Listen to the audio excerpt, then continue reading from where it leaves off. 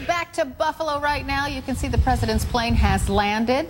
President Obama is kicking off a two-state campaign-style bus tour. His focus, making college more affordable for the middle class. He's going to outline a plan. Our White House correspondent Dan Lothian joins me now. So, Dan, what do we expect the president to say? Well, you know, Carol, the president has been talking lately about shaking things up in the higher education system. So today we'll see a step in that direction. One of the things that the president is expected to highlight, and has been getting a lot of attention this morning, is this proposal to rate colleges and universities, put together a scorecard, if you will. This would be something designed by the Department of Education that would look at things such as what is a school doing to help those from disadvantaged backgrounds, or how are they improving their performance. We're told by the Secretary of Education, Arne Duncan, that this is not something that would require congressional approval, but they would come up with a scale based on hearings, public hearings, listening to students, to teachers, to administrators, to state officials before they come up with that scorecard. In addition to that, those universities that do perform well, the president wants to reward them. And so by 2018, he wants to have in place a system whereby federal grants to universities will depend on how a university performs. That no doubt will be quite controversial. So the president will be laying out a number of things, including trying to help young people deal with a mountain of college debt. To that end, one of the things the president is proposing is capping the amount of a loan repayment at 10% of monthly income of that student, just to kind of help them deal with the burden of paying off their loans. You know, the president has always talked about how he and the First Lady were dealing with college loans, thousands of dollars in college loans, until not just a short time ago when he started writing all those books and had a lot of money coming in. So this is something that he has been sharing his personal story with as he tries to make some changes. Will all of this be embraced? Probably not. The president himself, in a letter to a White House mailing list, said that he did not expect that all of these items on his list would be popular. And in fact, a short time ago, speaking with reporters on Air Force One, Arne Duncan said that he expected to get mixed reaction from some of these universities out there. But nonetheless, they believe that this is the way to go in terms of improving performance and making higher education more affordable, Carol. All right, Dan Lothian reporting live for us this morning. And as I said, President Obama will give his speech around 11:15 Eastern time. CNN, of course, will cover it live. Also, Chris Cuomo will meet up with the president later today as he hits the road for that bus tour. Chris's exclusive interview tomorrow on CNN. We'll be right back.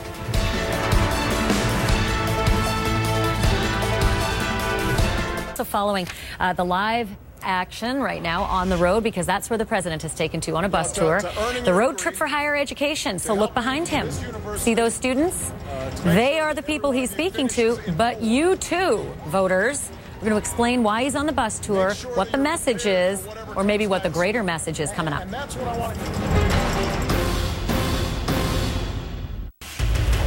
Some live pictures for you now. The president on the road, a two-day bus tour. He is in Buffalo right now, talking about the rising costs of college. He's got a program right now to start rating colleges on their tuition, their graduation rates, their debt and earnings of their graduates, and the percentage of their lower-income students attending, and linking those ratings to the government's distribution of federal aid. Let's listen.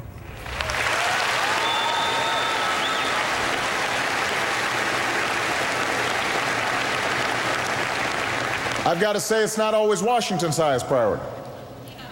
Because rather than keeping focus on a growing economy that creates good middle-class jobs, you know, we've seen a faction of Republicans in Congress suggest that maybe America shouldn't pay its bills that have already been run up, that we should shut down government if they can't shut down Obamacare.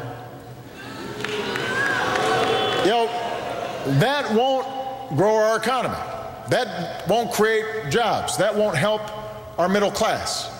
We can't afford in Washington the usual circus of distractions and political posturing. We can't afford that right now. What we need is to build on the cornerstones of what it means to be middle class in America. Focus on that. A good job with good wages. a good education, a home of your own, affordable health care, a secure retirement.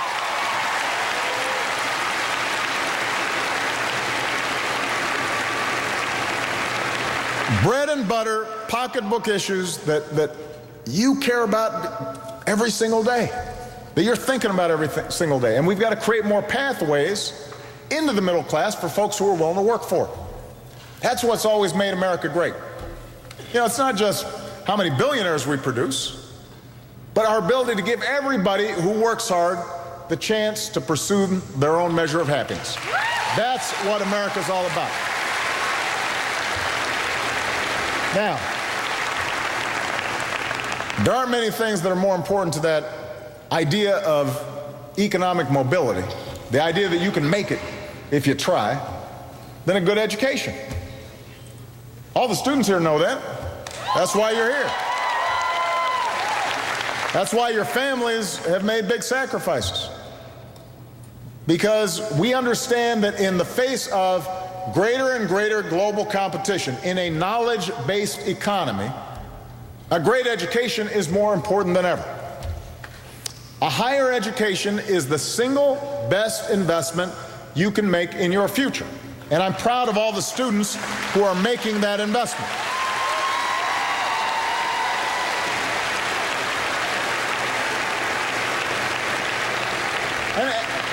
And that's not just me saying it. Look, right now, the unemployment rate for Americans with at least a college degree is about 1/3 lower than the national average. The incomes of folks who have at least a college degree are more than twice those of Americans without a high school diploma. So more than ever before, some form of higher education is the surest path into the middle class. But what I want to talk about today is what's become a barrier and a burden for too many American families, and that is the soaring cost of higher education.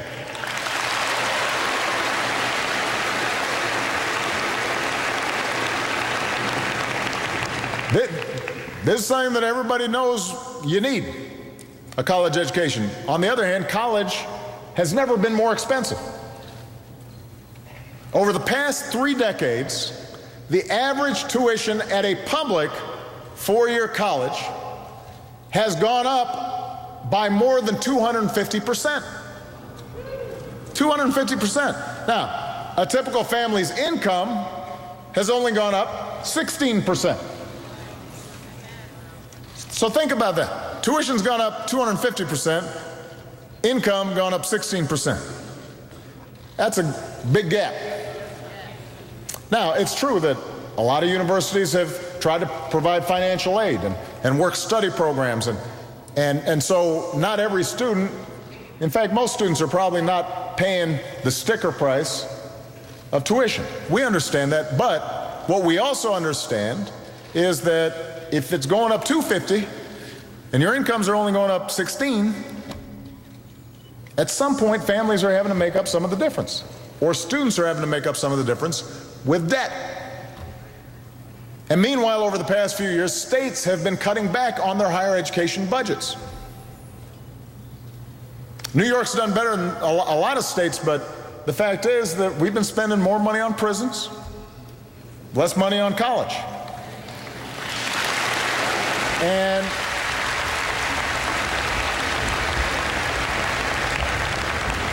meanwhile, not enough colleges have been working to figure out how do we control costs, how do we cut back on costs. So all this sticks it to students, sticks it to families, but also taxpayers end up paying a bigger price.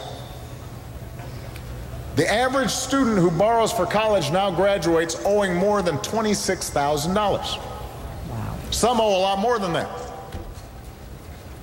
And I've heard from a lot of these young people who are frustrated that they've done everything they're supposed to do, got good grades in high school, applied to college, did well in school.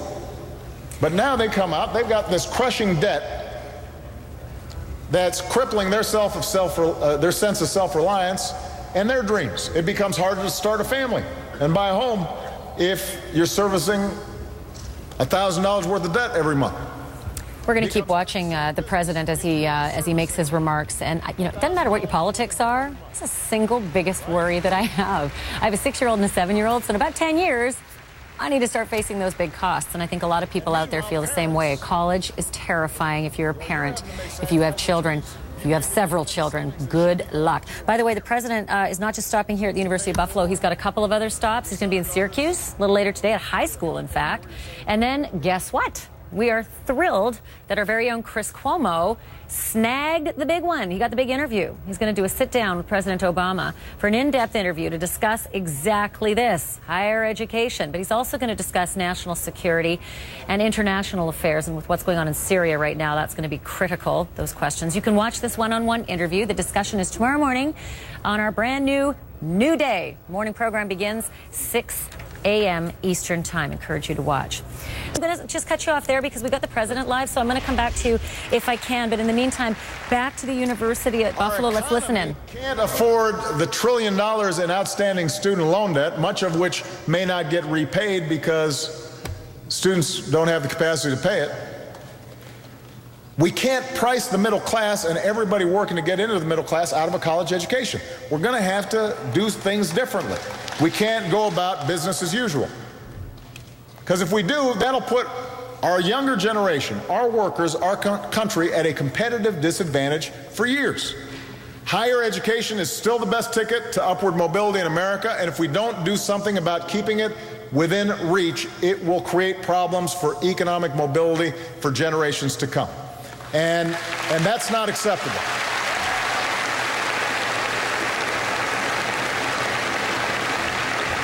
So whether we're talking about a 2-year program, a 4-year program, a technical certificate, bottom line is higher education cannot be a luxury.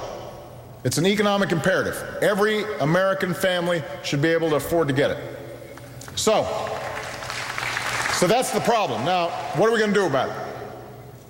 Today, I'm proposing major new reforms that will shake up the current system, create better incentives for colleges to do more with less, and deliver better value for students and their families. And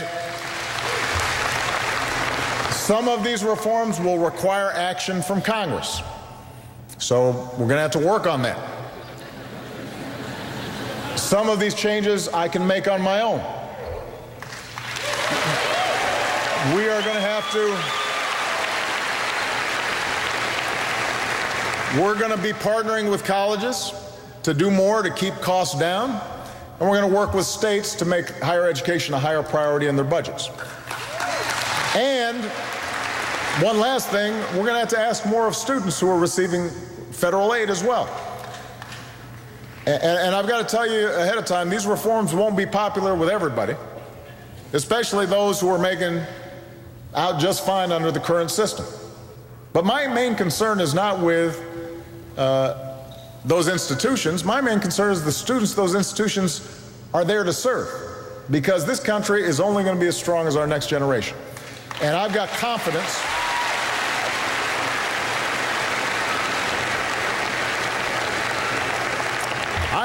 that our country's colleges and universities will step up, just like Chancellor Zimfer and the folks at SUNY are trying to step up and lead the way to do the right thing for students. So, let me be specific. My plan comes down to 3 main goals. First, we're going to start rating colleges, not just by which college is the most selective, not just by which college is the most expensive, not just by which college has the nicest facilities. You can get all that in the existing rating systems. What we want to do is rate them on who's offering the best value so students and taxpayers get a bigger bang for their buck.